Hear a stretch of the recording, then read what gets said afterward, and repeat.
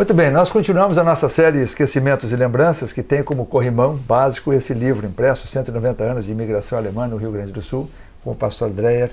E nós começamos o episódio de hoje, essencialmente com uma contextualização, pastor, uma pequena provocação que ele faz, para que a gente entenda também um pouco disso, certamente nos ajudará no correr do programa. Como era a Alemanha, de fato, no início do século XIX ou final do século XVIII, né? De que Alemanha estamos falando? Era um país, não era, que coxa de retalhos era, para depois entrarmos nos imigrantes em si. Você já deu a palavra certa, coxa de retalhos. Eu, quando eu procuro explicar para estudantes do fundamental como é que era a Alemanha, eu chamo a atenção daquelas camisas dos agricultores do interior do Vale do Caí, no qual havia remendo sobre remendo, porque trabalhando na roça sempre havia rasgões, então a esposa ou a avó colocava mais um remendo em cima. De fato, a Alemanha não existe. É uma região de língua alemã, se poderia dizer, e porque a Alemanha só vai surgir em 1871, de fato. É uma obra arquitetônica de Bismarck, o chanceler da Prússia. Então, quando a gente fala em Alemanha e alemães que estão vindo para o Brasil, nós estamos falando de pessoas de língua alemã. Então, você hoje teria que incluir, além da atual Alemanha, territórios do leste europeu, que hoje estão incorporados à Rússia, à Polônia, a Ucrânia, por exemplo. Se bem que a Ucrânia era um território russo para onde haviam migrado alemães na época de Catarina a Grande.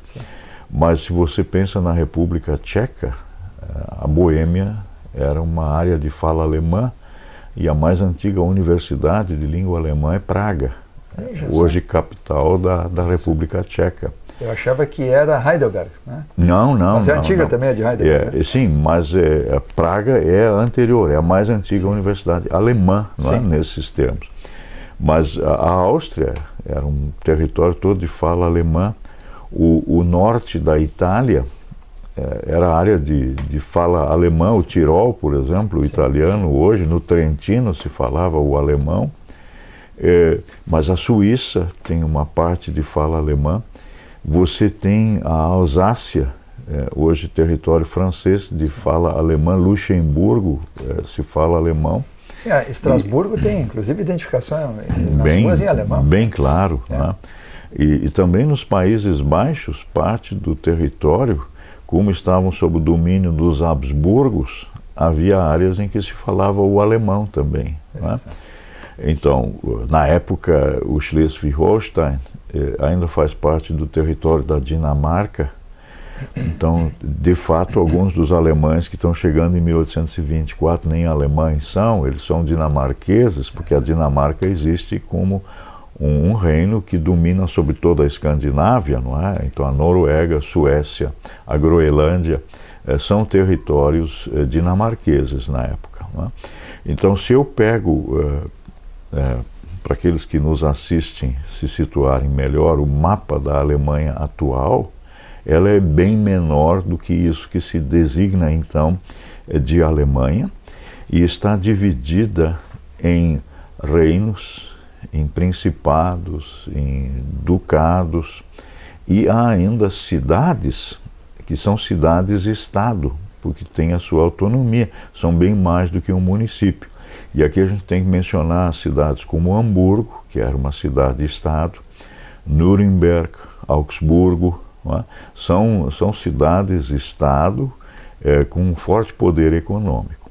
Mas até hoje, inclusive, Bremen e Hamburgo continuam sendo, né? Sim, continuam sendo estados dentro da Alemanha. Federação né? Alemã. Né?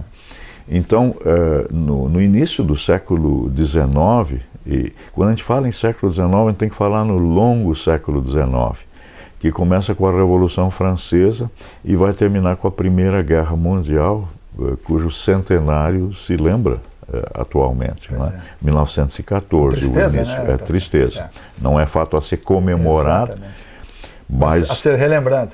Relembrado porque teve consequências, porque nunca se terminou, de fato, a Primeira Guerra Mundial, e isso levou à Segunda, e depois da Segunda ainda a Guerra Fria. Não é? Então são consequências impressionantes. Então, nós temos nesse período um período fortemente influenciado pelo iluminismo.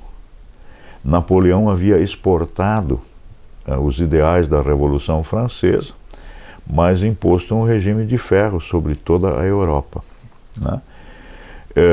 Com o fim do... Faço o que eu digo, mas não faço o que eu faço. Né? Então, a gente imaginar a Revolução Francesa como uma democracia, não, são os burgueses que pegam os seus direitos contra os imperiais, não é? Os reais. Né?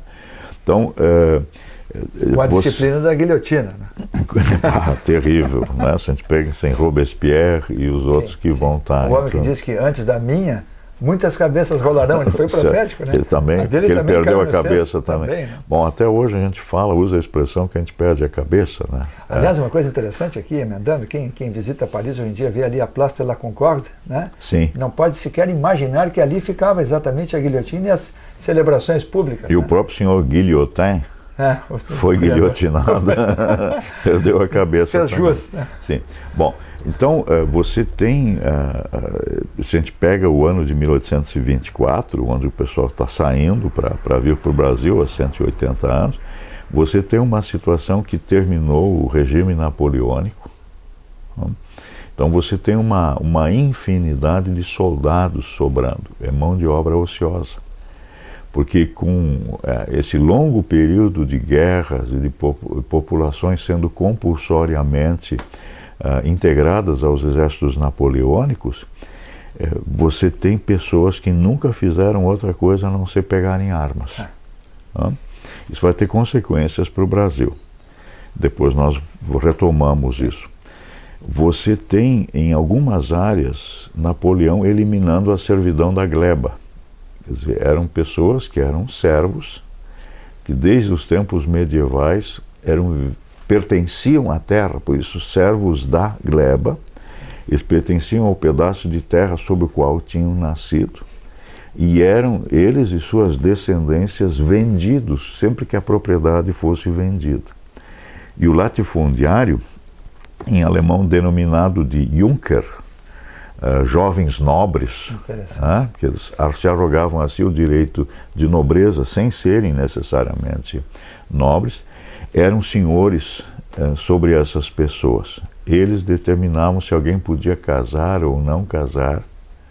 Eles podiam vender os seus súditos a vizinhos. Né? Mas isso é uma coisa, pastor, isso eu acho que para uma grande maioria das pessoas é uma enorme surpresa, né? Sim, não, o fato, isso faz parte dos esquecimentos, para ficar lá. Porque isso a gente fala sempre da escravidão, dos africanos, coisas e tal, mas o regime não era muito diverso, né? Não é muito diverso. Então, existem né? relatos que eu descrevo, inclusive, em meu livro, que a lei da chibata ainda vale, o knut está presente, não é? Quando o servo não se dobra, ele vai ser espancado. Né? Ou seja, existe o pelourinho alemão. Existe o pelourinho alemão. Né? Aliás, no livro eu coloco uma imagem do pelourinho, mulheres sendo açoitadas porque estavam grávidas sendo solteiras. Isso é inacreditável. Tá? Então hoje, na nossa situação, imaginar, né? que por uma gravidez você venha a ser açoitado. Né? Mas isso só faz 200 anos, né, pastor? Nem bem 200 anos, nem né? Bem, né? Mas a coisa estava presente.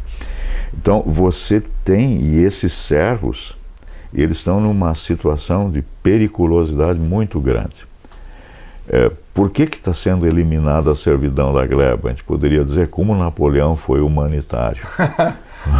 Não, mas você sabe que quem domina o mundo é a economia. E na Inglaterra, um certo senhor inventou a máquina a vapor. O James Watt. James Watt.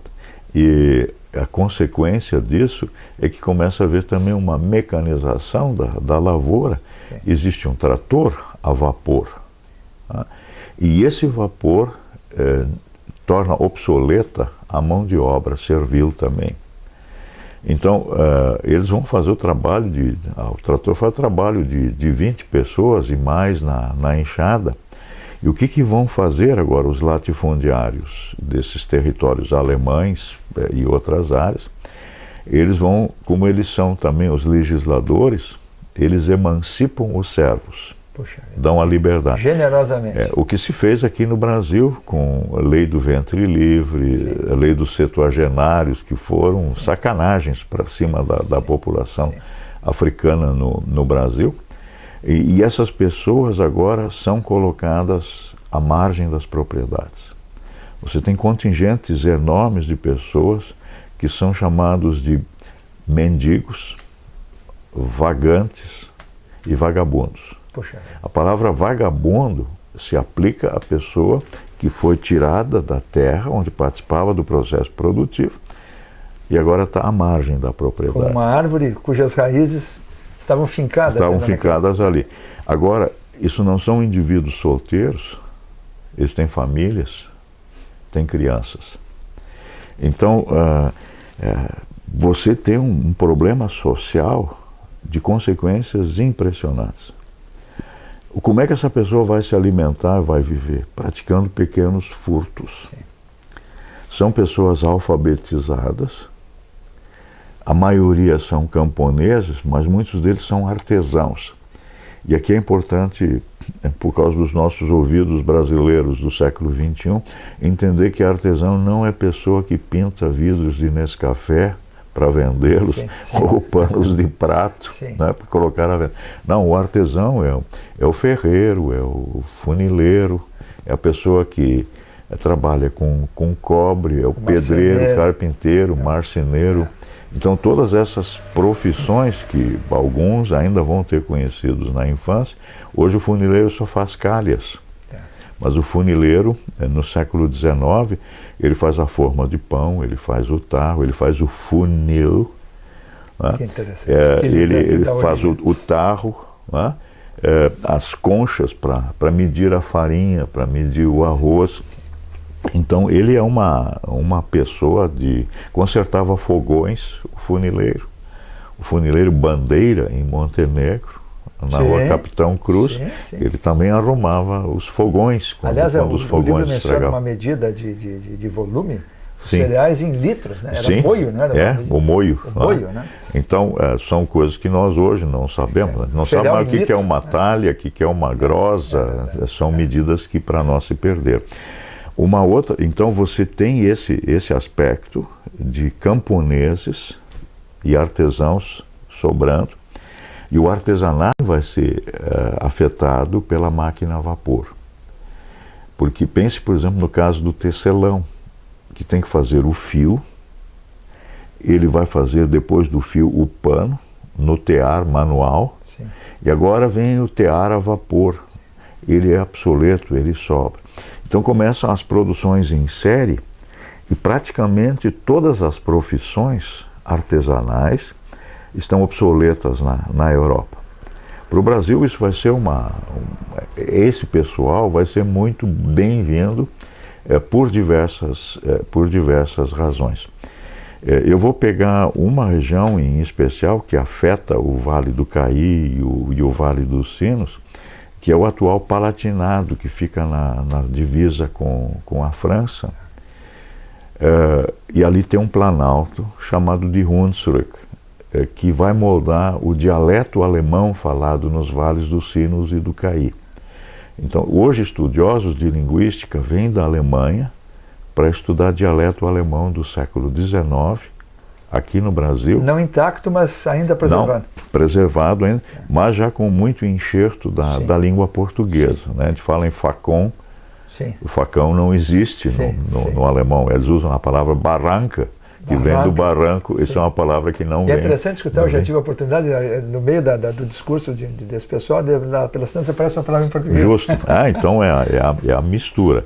Hoje quem fala esse dialeto tem um vocabulário de no máximo 400 palavras, porque houve um enxerto do Existe uma região aqui no Rio Grande do Sul onde isso está mais preservado? Você tem isso muito presente nas regiões de Bom Princípio, mas também nas áreas de Poço das Antas, Linha Pinheiro Machado, quer dizer, esses interiores de Montenegro e de São Sebastião do Caí. O senhor fala o dialeto? Eu aprendi ele, meus pais falavam comigo o alto alemão, o alemão padrão, alemão padrão, mas quando eu vim estudar em São Leopoldo, no Morro do Espelho, os meus colegas falavam ou o dialeto pomerano, ou falavam o dialeto do Hunsrück. E para mim foi mais fácil aprender o dialeto do Hunsrück. O dialeto pomerano é da região de São Lourenço. São Lourenço, aqui no Rio. Mas ele também existe alguns resquícios ainda na região de Agudo, em Rio Pequeno, em Santa Cruz do Sul, por exemplo, esse dialeto está presente. Mas eu vou voltar ao Hunsrück. Né? Pouco antes... eu queria só uma ligeira interrupção.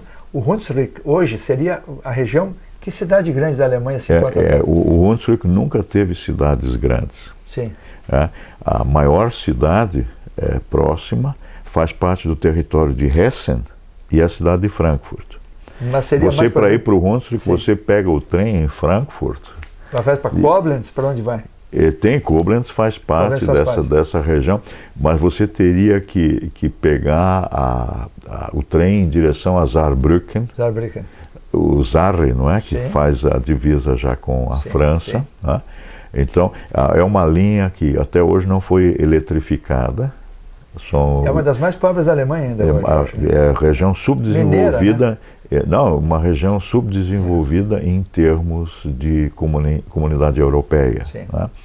E é um território montanhoso, pedregoso. Então, era a área em que o pai lavrava a terra, os cavalos puxando o arado, o que para nós é incomum, porque nosso arado é sempre puxado a bois, e a mãe vinha atrás com as crianças juntando as pedras e que davam origem a taipas. Daí o costume aqui no Rio Grande do Sul de se ter taipas na divisa das propriedades, feitas a partir das pedras que se tirou da terra que estava sendo lavrado. O interior de Montenegro, São Sebastião do Caí é comum nós encontramos. E bonito. Hoje, pessoas das cidades compram os antigos muros do interior para ter uma taipa em casa. Bem, nessa região do Hunsrück, né, eu fiz um estudo a respeito da localidade de Zimmern, uma pequena localidade. E em Zimmern, os relatórios dos prefeitos em 1818 são catastróficos. Durante 3 anos não havia havido colheita de batatas. Então ele classifica os habitantes da cidade de Zimmern em 3 categorias. Tem os Arme, que são os pobres. Tem os Hausarme, os pobres com casa, e os remediados. Então você tem 1/3 dos habitantes que vivem da mendicância. A cidade faz um regulamento de mendicância estabelecendo em que regiões do município pode ser mendigado, em que dias, e ninguém pode mendigar sem ter uma autorização da municipalidade que o autoriza a mendigar. Eu me lembro na minha infância em Montenegro que ainda havia pessoas que, para mendigar em Montenegro, buscavam uma autorização da Prefeitura Municipal de Montenegro. Aqui mesmo, é bem. Isso não faz muito tempo, eu estou para completar 70 anos. Né? Então as pessoas vinham e tinham que mostrar nas casas onde batiam a autorização do município para mendigar. Os municípios regulamentavam isso tudo, para evitar o vagabundo. Né? Então havia uma declaração de que realmente se tratava de uma pessoa necessitada. O falso... Para evitar o falso mendigo. Né? Os Hausarme eram artesãos que não tinham mais para quem vender os seus produtos, os pobres com casa. E o terceiro caso vai ser os remediados que têm que manter tudo. Então o prefeito Van Rekum, ele vai dizer, não tem perspectiva, 1/3 da nossa população vai ter que migrar. Tá? Onde é que se reflete essa situação? Você deve conhecer, e quem nos assiste também, os contos dos irmãos Grimm. Sim. Joãozinho e Mariazinha, o pequeno polegar. Mais depois, né? Mas eu só quero chamar a atenção agora. No caso de Joãozinho e Mariazinha, você tem o caso de crianças expostas. Os pais largam os filhos no mato para morrer. Isso é infanticídio. E aquilo que parece uma crueldade, né?